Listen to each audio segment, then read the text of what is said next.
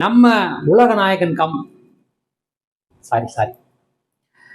நமது விண்வெளி நாயகன் கமலஹாசன் நடிச்சு யங் சூப்பர் ஸ்டார் சிலம்பரசன் பங்கிட்டு பாருங்களேன், Kamal Haasan Silambarasan what a combination. ஒரு கட்டத்துக்கு மேல இதெல்லாம் தாங்க முடியாம வழக்கம் போல அந்த கேங் உள்ளவங்களே வந்துட்டு சிம்பு கிட்ட வந்து கமலா பத்தி தப்பா சொல்லி மொத்த பேரும் கமலுக்கு எதிராக திரும்பி முதுகுல கொடுத்துறாங்க. அந்த காட்சி அமைப்பு பாத்தீங்க அப்படின்னா, விடுதலை விழிகளில் பாரிடா பகை அலறிட கதறிட போரடா. அதுக்கப்புறம் நான் இதான் சொன்னேன், வந்தா என்ன பண்ணுவாரு, இதுக்கப்புறம் என்ன கதை, தானே சுட்டவனையும் கொண்டவனையும் பழி வாங்குறதுதான் கதை. இதுக்கு நடுவில் த்ரிஷா போஷன் ஒன்று வரும். இவர் ஏன் இந்த த்ரிஷா போஷன் வருதுன்னே தெரில. த்ரிஷாவுக்கு இவங்களுக்கு என்ன லிங்க் அப்படின்னு ஒரு கதை போகும். என்ன ஆகும் அப்படின்னா, இவர் வந்து சின்ன வயசுல தான் தங்கச்சியை பறி கொடுத்த சிம்புக்கிட்ட அவர் என்ன வாக்கு கொடுத்துருப்பாருன்னா, என்னைக்கா இருந்தாலும் ஒரு தங்கச்சி மீட்டு கொண்டு வந்து உன்ட்டு கொடுப்பேன்டா அப்படின்னு வாக்கு கொடுத்துட்டு அது வருஷமா இவர் எல்லா இடத்துலையும் போய் தேடுவார். அப்படி போற இடத்துல த்ரிஷா ஒரு இடத்துல ஆடிக்கிட்டு இருப்பாங்க.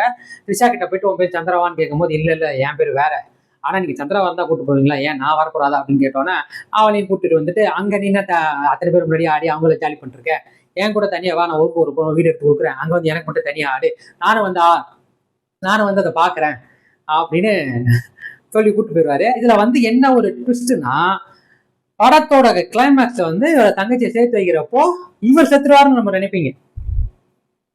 இவர் சாக மாட்டார். இவருக்கு வர வேண்டிய குண்டை இவர் சிம்புவை காப்பாத்துற மாதிரி காப்பாத்தி அவருக்கு அந்த குண்டு பஞ்சு அந்த இடத்துல செத்து போயிடுவான். தங்கச்சி வந்து பாக்குறப்போ பாப்பா சந்திரா குட்டி அப்படின்னு சொல்லி செத்து போயிடுவாங்க அந்த மனுஷன்.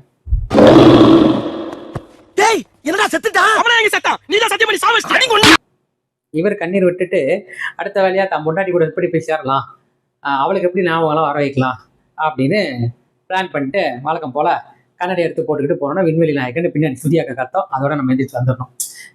நண்பர்களே, அசையாத மரம் ஒன்று உயிர்ந்தது கீழே.